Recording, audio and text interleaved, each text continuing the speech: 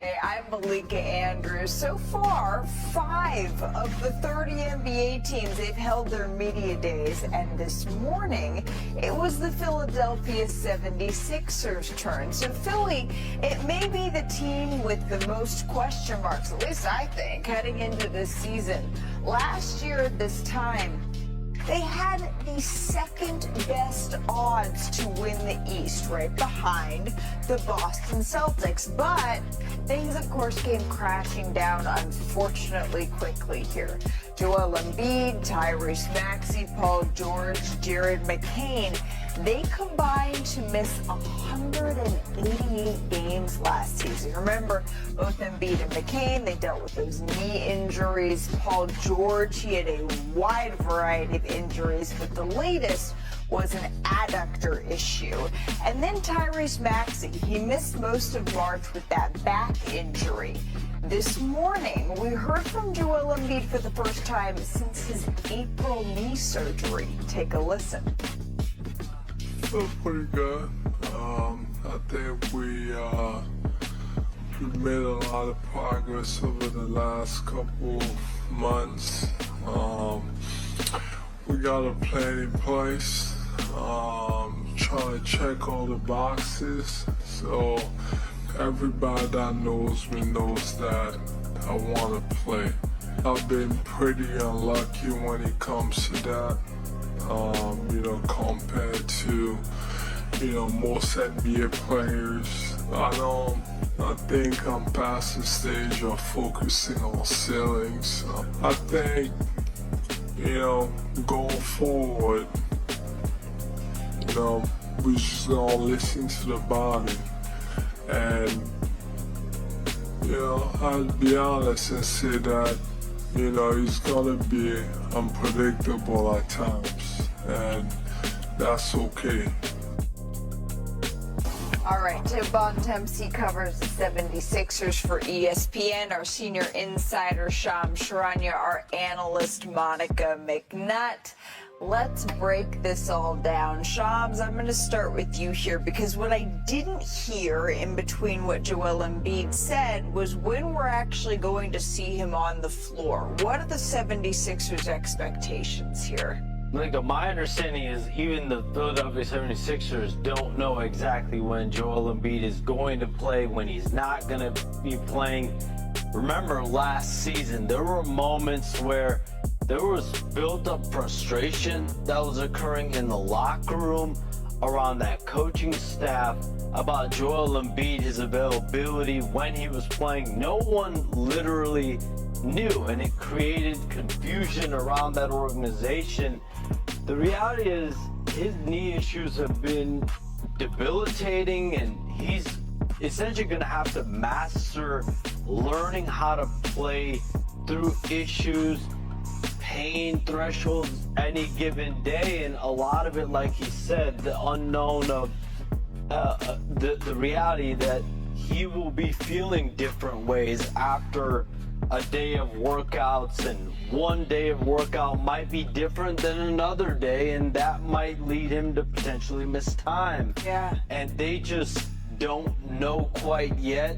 They have their first day of training camp practice tomorrow. Let's see how much, if at all, Joel Embiid participates. Monica, I don't want to be the home of all things bummer to start the show, but I don't love the sound of that.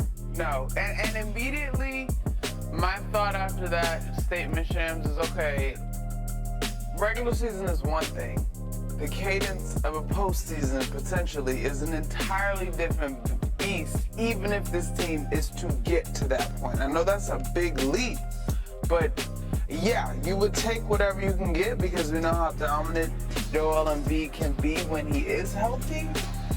But you can't skirt the nature of an actual postseason format and the turnaround there. Well, forget the postseason. Let's just go back to what Joel said there, right? That he's uncertain about how he's going to feel from day to day, and that he and the team are okay with that, and they're going to have to live with that. And to Shams's point, that's been the problem for the Sixers now for going on a decade, right? Like Joel Embiid, as for as incredible a talent as he is, he's obviously missed a ton of time with injuries, and it makes it very hard to plan as an organization, to know what your team is going to do.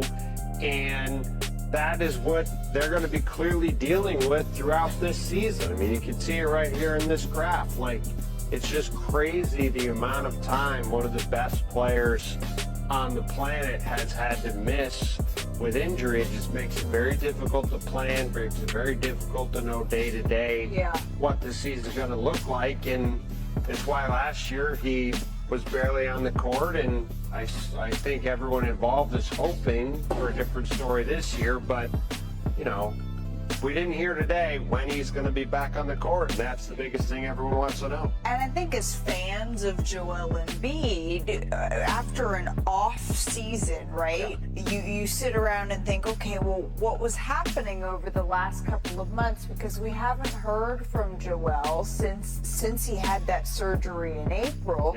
So what was happening behind the scenes? What have folks told you about this summer? Well, if you look at how Joel has looked in these videos that have come out, and you look at sort of the way he looked today, media day, he definitely looks slimmed down, right? And something we talked about before last season was he wants to try to emulate Tim Duncan in the latter half of his career, a guy who, as he got older, he slimmed down, put less wear and tear on his joints, on his knees, on his feet, to be able to try to stay out on the court and be as healthy as possible. But I think, as you heard in that clip too, like, this is now going on the better part of 15 months, where Embiid and the Sixers have been trying to figure out how to get him on the court consistently with these ongoing knee issues. And I think if you're a Philly fan, the concerning thing about today,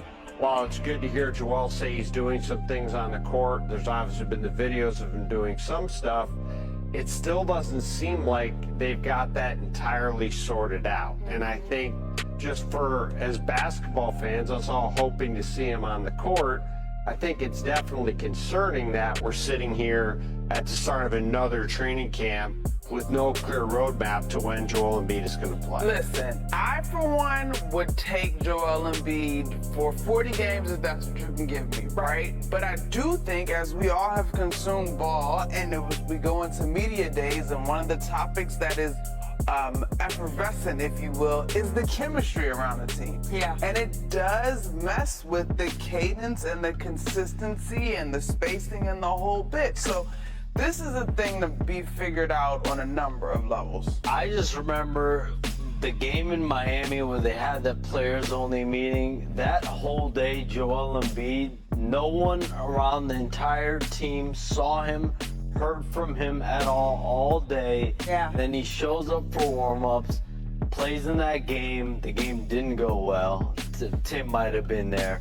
And then they have that players-only meeting, and then their season went the way it went. And he's under contract till the 28-29 season, so there's something that's going to have to be figured out here. But to your point about chemistry, this was a team, Monica, as you know, that was built to be able to withstand some version of Joel Embiid needing to manage his body and miss time.